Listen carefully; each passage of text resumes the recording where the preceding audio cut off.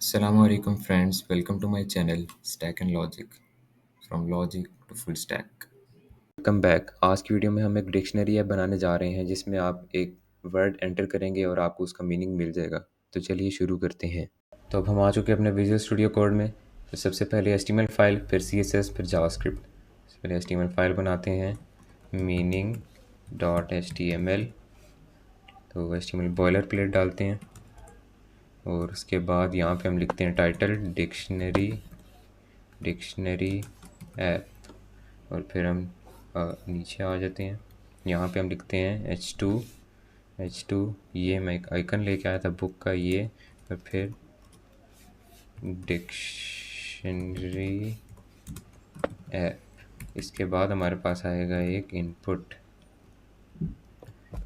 आएगा, input type text, T आएगा इधर अभी ऐसा, ये आ गया टेक्स्ट। और आईडी इसकी आ जाएगी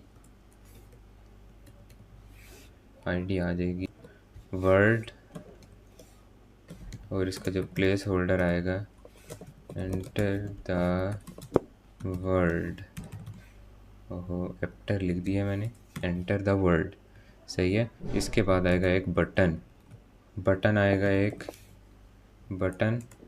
उसका जो ऑन क्लिक है, इसके अंदर आएगा सर्च। और इसके अंदर जो ऑन क्लिक है, इसका ऑन क्लिक, उसके अंदर आएगा गेट मीनिंग। फंक्शन बनाएंगे वो आएगा। उसके बाद एक पी आएगा जिसकी हैश होगी रिज़ल्ट।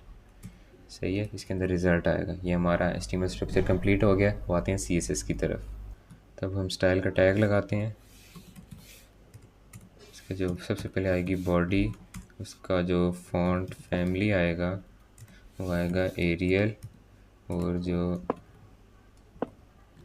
टेक्स्ट लाइन, सेंटर और मार्जिन दोनों चारों तरफ से बल्कि 50 आएगा। उसके बाद बैकग्राउंड आएगा हैश F9 ये आ जाएगा इसका बैकग्राउंड। फिर आती है हमारे पास बार इनपुट की। इनपुट इसकी जो पैडिंग है वो आएगी 10 पिक्सल्स, और जो विड्थ है वो आएगी 250 px। उसके बाद फॉन्ट साइज 16 पिक्सल्स। उसके बाद बारी आती है हमारे पास बटन की।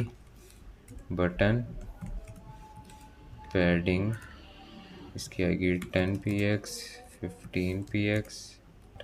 मार्जिन लेफ्ट 5 पिक्सल्स और CUPO कर्सर पॉइंटर।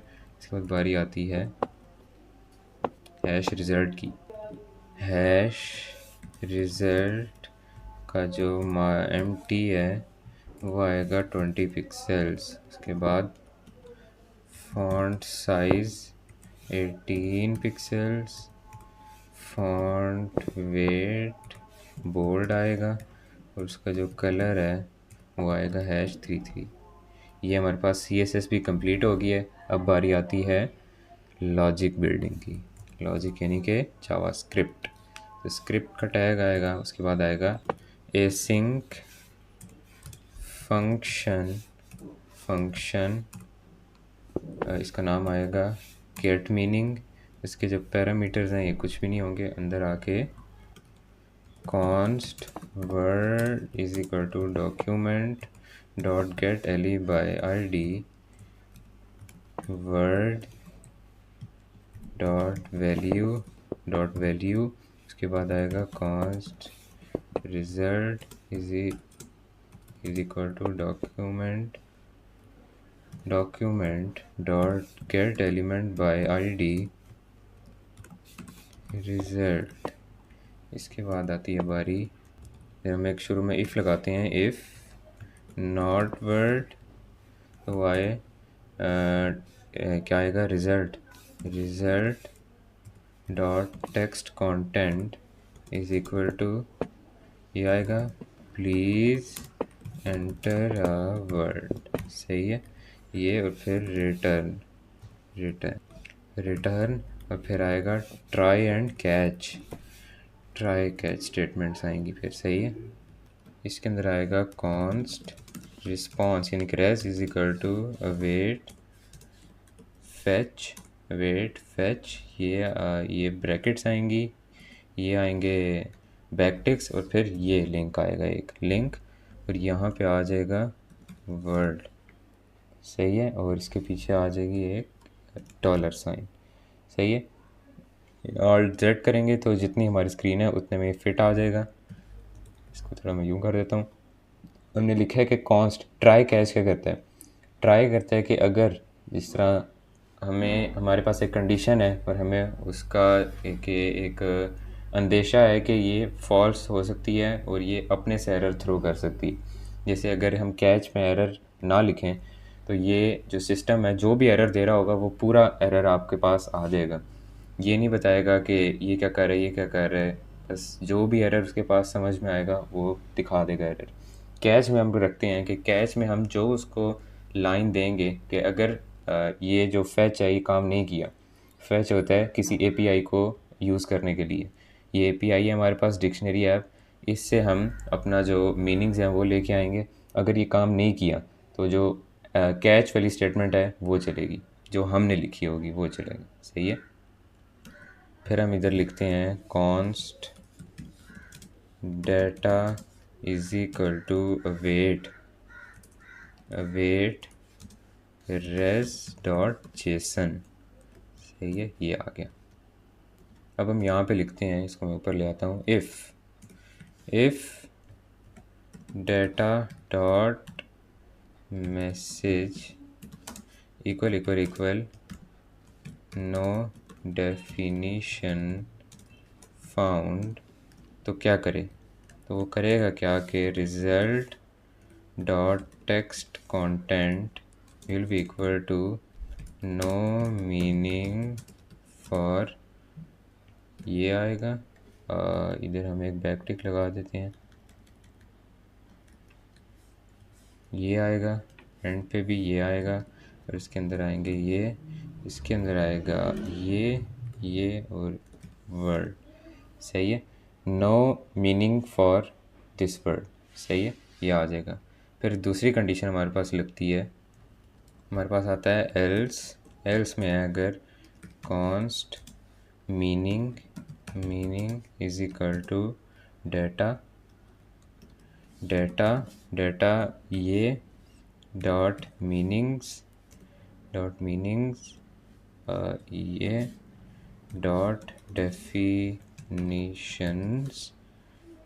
ये डॉट डेफिनीशन, ये करेगा क्या कि जो भी सारा डाटा होगा ना उसका जेसन फॉर्मेट होता है। जैसे हम किसी एपीआई से डाटा लेके आते हैं ना तो हमेशा उसका जेसन फॉर्मेट होता है। तो जेसन फॉर्मेट में जितना भी डाटा है उनमें से ये मीनिंग्स में जाएगा, मीनिंग्स के अंदर ये डेफिनेशंस में जाएगा, उसके अंदर जो उस वर्ड की डेफिनेशन है उसको लेके आएगा और मीनिंग वेरिएबल में स्टोर करा देगा, सही है। फिर हम क्या करेंगे, जो आएगा result dot text content is equal to पहले ये लगा देते हैं कि मीनिंग फॉर, ये आएगा यूँ, वर्ड,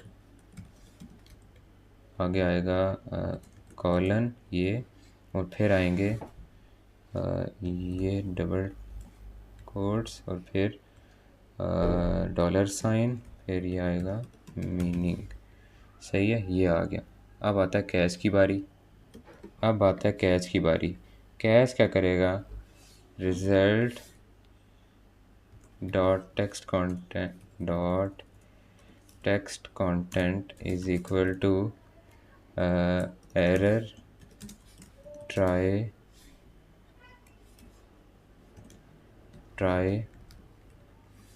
अगेन लेटर। ये हमारा बन गया जी पूरा डिक्शनरी ऐप, एक हमारी पूरी बन गई। अब हम इसको चेक करते हैं। अब आती है चेक करने की बारी, तो हम इसको साइड बार को क्लोज़ कर देते हैं। इधर से लाइव प्रीव्यू पे हम जाते हैं। तो ये कुछ लेआउट है हमारी डिक्शनरी ऐप का। यहाँ पे हम वर्ड लिखते हैं, लेट्स से स्काई हमने किया तो ये उसका मीनिंग आ गया। Meaning for sky The atmosphere above a given point especially is visible from the ground during the day. अब हम एक और कोई चेक कर लेते हैं, education.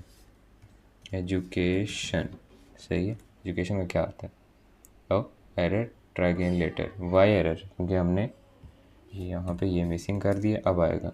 The process of imparting knowledge, skill and judgement. Skill का मीनिंग देखते हैं। ये skill, capacity to do something well, technique, ability. Skills are usually acquired or learned as opposed to abilities which are often thought of as innate। सही है, तो ये हमारी dictionary बिल्कुल सही काम करी। तो इस वीडियो के लिए इतना ही। नेक्स्ट वीडियो में मुलाकात होती है। Hashtag peace out. अल्लाह हाफिज़।